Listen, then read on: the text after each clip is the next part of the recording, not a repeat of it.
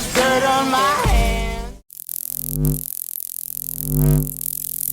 Hello YouTube, Boss Rino. Welcome to my channel. So ito na ang paborito natin na Darkest Secret, the 5 mysterious and strange creatures caught on camera, part 2. Meron ako niyang part 1. Sobrang dami kong video.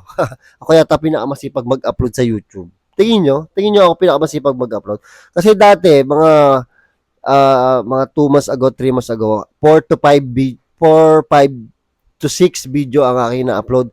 Nitong mga last month, 3 na lang, Pero 3 is marami pa rin araw-araw, di ba? Biro mo dati 5 to 6 video araw-araw, ngayon 3 video araw. Ang dami, di ba? Piling ko ako pinakamaraming upload sa YouTube dito sa Pilipinas. Piling ko lang. So ito, tirahin natin ito bago patirahin ng iba. Shoutout tayo mamaya. Number 5. We begin immediately with an amazing clip. Since I saw it, I knew right away that I should analyze it with you. You see, fairies are creatures that in general are closely linked to our childhood. Seemingly defenseless creatures that in some cultures even fulfill wishes. Yet these were just stories, sentences written in fairy tales. However, for Jimena, one of our subscribers, these creatures are more real than anyone could imagine. She claims that the video she sent me is reliable proof that they really exist. Pay attention to the context of this video, Eto na. since the fairy was recorded by accident. Uy, fairy? The original owner of this video never noticed it. Tingnan natin to. Fairy daw to. Putang na. ¿Qué piensa mi oveja? ¿Acaso yo todavía voy a llevar su comida? Tiene que llevar el... Uy, oo nga na may sumusunod, no? Si quieres Yun, comer. Oo nga. Gusto ko itong mga ganito, yung mga mysterious creatures, eh. Arriesgar, si quieres comer. Yun, may paa. Puta, may paa, kaya na mukhang alien, eh. Yung, parang kalbo. Puta, kalbo. Fairy, kalbo. Did you see it? Let me say that this is far from being a simple insect. This, ladies and gentlemen, seems to have a head, Diba? a humanoid torso, arms and legs diba? similar to ours. Nasabi sa inyo, fairy, kalbo. Can you notice it? Could it be? Have we witnessed a creature taken from a fantasy world? Tsaka ang laki niya. While many times Ang laki niya para sa gamo-gamo, paro-paro, diba? fantasies are inspired by things from real life. Yan, And maybe this is one of those things. Number 4. Nakakamangha yung mga ganito, no? May mga kasama talaga tayo dito sa mundo ng mga kakaiba talaga, Ay, nako, kinakabahan ako. The following recording was made by a man who one night, along with a friend, carried out guard duties in a retail store near a school. It was around 2 in the morning when in his second nightly round he began to hear strange sounds coming from outside. As he approached, he clearly saw the silhouette of a child in the distance. Immediately, he took out his cell phone to start recording. Gago, He sumilip never pa. imagined what his camera would capture just on the other side of the access gate. Observe. Nakabahan ako.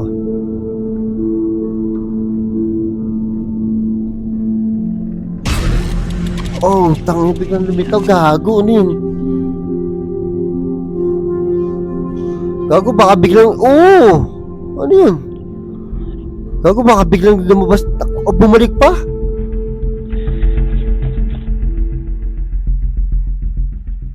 Despite the fact that the image is not of good quality, you can distinguish a small being with a humanoid shape prowling around the enclosure.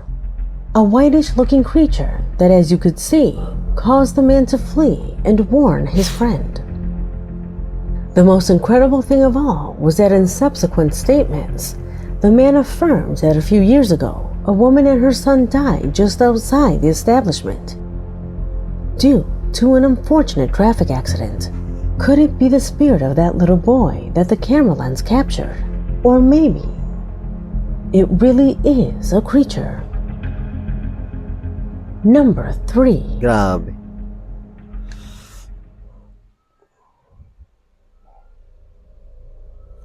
All of us, to a greater or lesser extent, carry inside that adventurous spirit that motivates us to leave our comfort zone, to travel and explore places that involve a risk.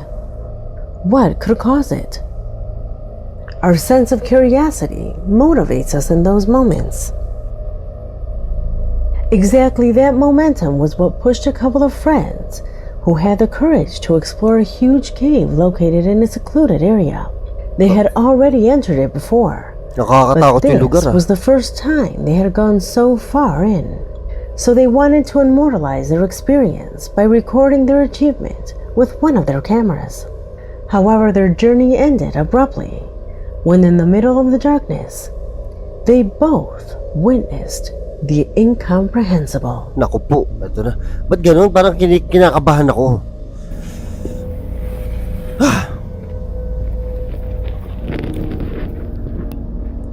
Nakakatakot to. Pag kuweba, sigurado yan. Kasi tanda ng mundo yan eh. Ay! Uy, gago, may sumisilip, may mata. Yun o, yun o, yun o, yun o. Yun o.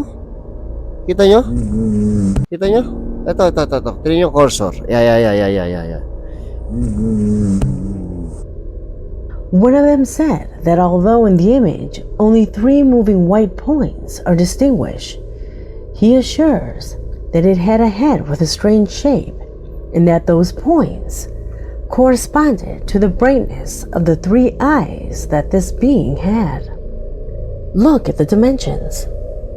Look at the separation of their eyes. This is not an insect. This being, whatever it is big. Tang inaayawan na. Pag kuweba kasi sigurado yan. Kasi matanda pa yan kasi tanda ng mundo yan, alam ko eh. Kasi di ba, andyan na yan, ang tagal-tagal na yan dyan. So, imposibleng walang nauna dyan, di ba, na nakatira. What do you think it is? Leave your hypothesis in the comment box. Parang yung mata lang na nakaganon. Di ba? Number 2. Alien yan. Number 2 na tayo, mga tol. We find a case that for more than 1 month has been the subject of conversation on various social platforms. Photos that do not give credit to the incredible images that began to circulate around the web. Please tell me what you would do in the middle of the night while walking alone, and suddenly you come across something like that.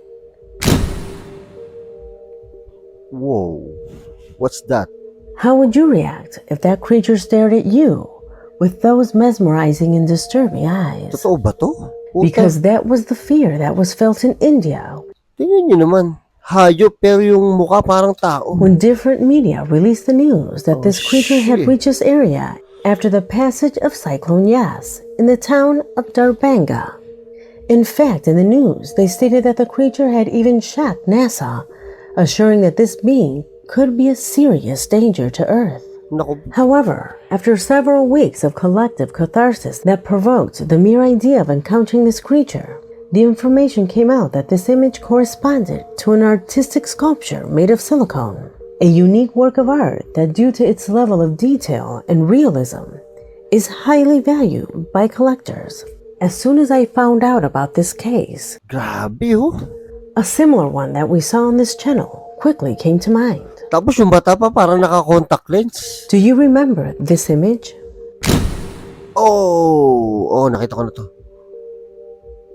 It was this creature that also caused chaos in various rural areas near New Delhi. Oh, a ano ba sinister yan? being that, like this one, also ended up being an artistic representation. Example like these should make us think about the real scope that social networks can have, which disclose cases without proving their veracity. But here we are to analyze and deny them when it is necessary. Let's go for video number 1, Ang dati yun ito, parang Lord of the Rings no? which unlike this sculpture, is very real. Grabe. Totoo ba to? Kasi ang weird kung totoo to, di ba? Parang, ang weird na itsura niya Number 2 We pa yan? conclude this video with a disturbing footage found by Jefferson, one of our subscribers, who browsing the web found a strange clip recorded in what appears to be a banana plantation. I ask you to carefully look at the area delimited by the circle and tell me what you see.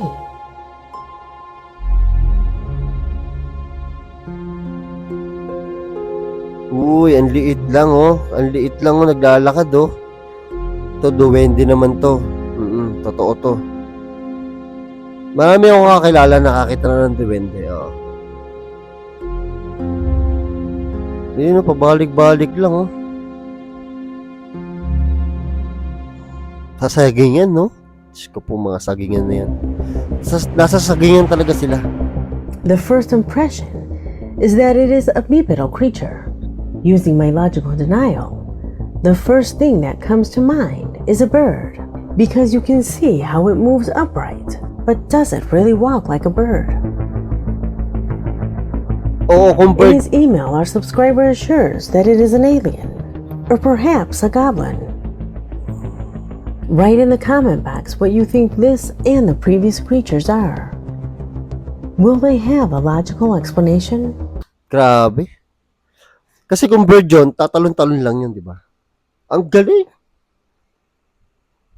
Ngayon ako natuwa ulit Dali na pala alam mo yung hindi siya nakakatakot pero nakakamangha. So halos same lang yung feeling niya.